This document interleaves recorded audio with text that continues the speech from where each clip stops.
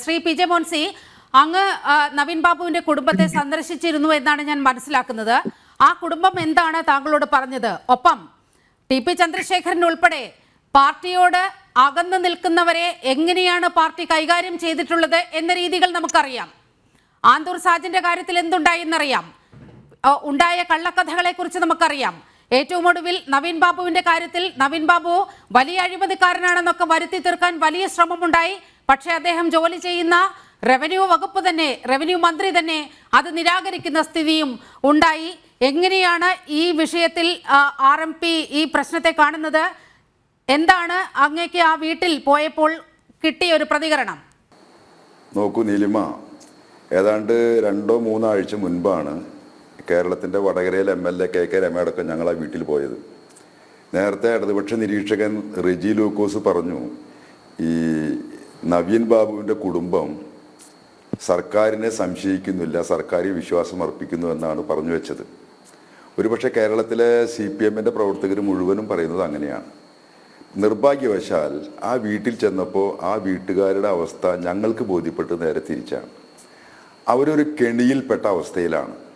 കാരണം കേരളം ഭരിക്കുന്ന പ്രധാനപ്പെട്ട രാഷ്ട്രീയ പാർട്ടിയുടെ നേതാക്കന്മാർ മുഴുവൻ വീട്ടിൽ വന്ന് ഞങ്ങൾ നിങ്ങളുടെ കൂടെയാണെന്ന് പറയുന്നു. ഈവൻ ഗോവിന്ദൻ മാഷ് അടക്കം. അതിനകത്ത് ഗോവിന്ദൻ മാഷയുടെ സന്ദർശനത്തിന് ശേഷം നേരത്തെ ഇവിടെ സൂചിപ്പിച്ചതുപോലെ ഈ പത്തനംതിട്ടയിലെ പാർട്ടി അതുവരെ നവീൻ ബാബുവിൻ്റെ കുടുംബത്തോടൊപ്പം ആയിരുന്നു എന്ന് പറഞ്ഞിരുന്ന അല്പം പുറകോട്ട് പോയി. ഇപ്പം അതാ ഏതാണ്ട് പൂർണ്ണമായി പുറകോട്ട് പോയെന്നാണ് മനസ്സിലാകുന്നത്. അന്ന് ഞങ്ങൾ പോയപ്പോൾ ഞങ്ങളോടും ആ കുടുംബം പറഞ്ഞത്, ഞങ്ങൾക്ക് കൃത്യമായിട്ട് സംശയമുണ്ട്, പക്ഷെ ഞങ്ങൾക്കതിപ്പോൾ പറയാൻ പറ്റില്ല. ഇത് കേരളത്തിലെ ഈ കുടുംബം ഒഴിച്ച് CPM ഒഴിച്ച് ബാക്കിയുള്ള മുഴുവൻ ആളുകൾക്കും അറിയാം.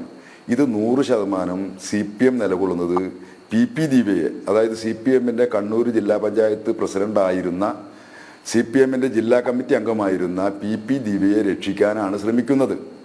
അതിനിടയ്ക്ക് നിർഭാഗ്യവശാൽ കേരളമാണെന്നും മാധ്യമങ്ങളുടെയും ജനങ്ങളുടെയും ഒക്കെ ഒരു പൊതുശ്രദ്ധ അല്ലെങ്കിൽ ജാഗ്രത ഈ വിഷയത്തിൽ വന്നതുകൊണ്ട് 3 തെരഞ്ഞെടുപ്പുകൾ ഈ കേരളത്തിൽ നടക്കുന്നു എന്നുള്ളത് കൊണ്ടും അവർക്ക് PP ദിവ്യ ആ സ്ഥാനങ്ങളിൽ നിന്നൊക്കെ മാറ്റേണ്ടി വന്നിട്ടുണ്ട്. അത് ശരിയാണ്. പക്ഷെ അവരിപ്പോഴും CPM ഇപ്പോഴും PP ദിവ്യയെ എന്ന് പറഞ്ഞാൽ വേട്ടക്കാരിയെ സംരക്ഷിക്കാനാണ് ശ്രമിക്കുന്നത്.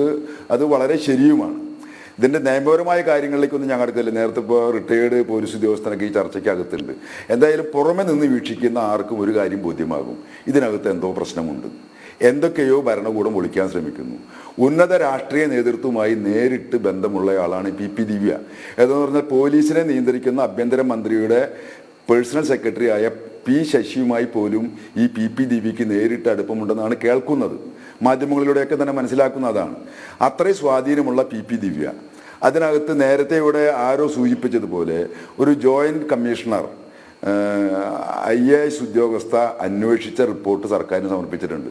അത് മുഖ്യമന്ത്രിയുടെ കയ്യിലുണ്ട്. മുഖ്യമന്ത്രിയാണ് ആഭ്യന്തരം കൈയാളുന്നത്. അതുകൊണ്ട് തന്നെ ഈ റിപ്പോർട്ട് ഇന്നും വെളിച്ചം കണ്ടിട്ടില്ല. ഞാൻ പ്രതീക്ഷിക്കുന്നു, ഞങ്ങൾ പ്രതീക്ഷിക്കുന്നു അതിന് വെളിച്ചം കാണാൻ പോകുന്നില്ല എന്നാണ്. എല്ലാം തേച്ചുമാറ്റി കഴിഞ്ഞതിന് ശേഷം വിവരാവകാശ നിയമമനുസരിച്ച് ഈ ലാൻഡ് റവന്യൂ ജോയിന്റ് കമ്മീഷണറുടെ റിപ്പോർട്ടിന് വേണ്ടി അപേക്ഷിച്ചിരുന്നു. പക്ഷേ മുഖ്യമന്ത്രിയുടെ ഓഫീസ് അത് നൽകാൻ കഴിയില്ല എന്ന വാദം മുന്നോട്ട് വെച്ചിരിക്കുന്നു. അതിന് പറയുന്ന വാദമാണ് അങ്ങേയറ്റം രസകരമായത്. ഈ റിപ്പോർട്ട് പുറത്തു വന്നാൽ അത് പോലീസ് അന്വേഷണത്തെ ബാധിക്കുമെന്നൊക്കെയാണ്. അതായത് ഇത്തരം ഒരുപാട് തൊടിന്യായങ്ങൾ കേരളം മുൻപും നിരവധി തവണ കേട്ടിട്ടുണ്ട്. അങ്ങനെ ഒരുപാട് ഒറ്റപ്പെട്ട സംഭവങ്ങളും കേരളത്തിൽ ഉണ്ടായിട്ടുണ്ട്. ഏത് സംഭവം ഉണ്ടായാലും ഒറ്റപ്പെട്ട സംഭവമാണെന്ന് പറയാം. അത് നേരത്തെ നിങ്ങൾ തന്നെ സൂചിപ്പിച്ച ആന്തൂർ സാജൻ്റെ വിഷയമായാലും കൊള്ളാം, TP ചന്ദ്രശേഖരൻ്റെ വിഷയമായാലും കൊള്ളാം. TP ചന്ദ്രശേഖരൻ ആദ്യം ആ കൊലപാതകം ഏതോ മുസ്ലിം തീവ്രവാദ സംഘടനയുടെ മേലിൽ വെച്ച് കെട്ടാനാണ് ശ്രമിച്ചത്. മാഷാ അള്ളാ എന്ന സ്റ്റിക്കർ ഒട്ടിക്കുന്നത് അവിടെ നിന്നാണ്. പിന്നീട് കേരളത്തിന് മുഴുവൻ ബോധ്യമായി CPM ആണ് ഇതിൻ്റെ പ്രതികൾ. നേരിട്ട് പിണറായി വിജയനിലേക്ക് പോലും ആ കേസ് അന്വേഷണം നീളുന്നു എന്ന ഘട്ടത്തിലാണ് CPM എന്താ പറയുക ഒരു പ്രത്യേക രീതിയിലുള്ള വലിയ പ്രതിഷേധങ്ങൾക്ക് തുടക്കം കുറിച്ചതും ഒരു പ്രത്യേക ഘട്ടത്തിൽ അത് സെറ്റിൽ ചെയ്തു പോയി എന്നാണ് ഞങ്ങൾ പ്രതീക്ഷിക്കുന്നത്. അതിൻ്റെ എന്താ പറയുക മറ്റു വശങ്ങളിലേക്കൊന്നും ഞാൻ ഇവിടെ പോകുന്നില്ല. ഇവിടുത്തെ പ്രശ്നം നവീൻ ബാബു എന്ന് പറയുന്ന ഉദ്യോഗസ്ഥൻ ആത്മഹത്യ ചെയ്യാൻ ഒരു സാധ്യതയും കാണുന്നില്ല. ഇനി എങ്ങാനും ആത്മഹത്യ ചെയ്തതാണെങ്കിൽ അദ്ദേഹം ആ റെയിൽവേ സ്റ്റേഷനിൽ കാത്തു നിന്ന തൻ്റെ സ്വന്തം കുട്ടികളെ എന്താ പറയുക 2 പെൺകുട്ടികളെയും ഭാര്യയെയും പറ്റിക്കാൻ അവസാന ശ്രമം പോലും ശ്രമിക്കില്ല. അപ്പോൾ നമ്മൾ ഒരുപാട് മരണങ്ങളൊക്കെ കണ്ടിട്ടുണ്ട്. ഇത്തരം മരണമുണ്ടാകുമ്പോൾ മിനിമം ഒരു എന്താ പറയുക മരിക്കുന്നതിന് മുൻപ് ഒരു കത്തൊക്കെ എഴുതി വയ്ക്കാൻ സാധ്യതയുണ്ട്. ഇവിടെ അതില്ല. അത് ഉണ്ടോ ഇല്ലയോ ഇപ്പൊ അതുണ്ടോ ഇല്ലയോ എന്നൊക്കെ ഇനി വ്യക്തമാക്കാനിരിക്കുന്നതേ ഉള്ളൂ.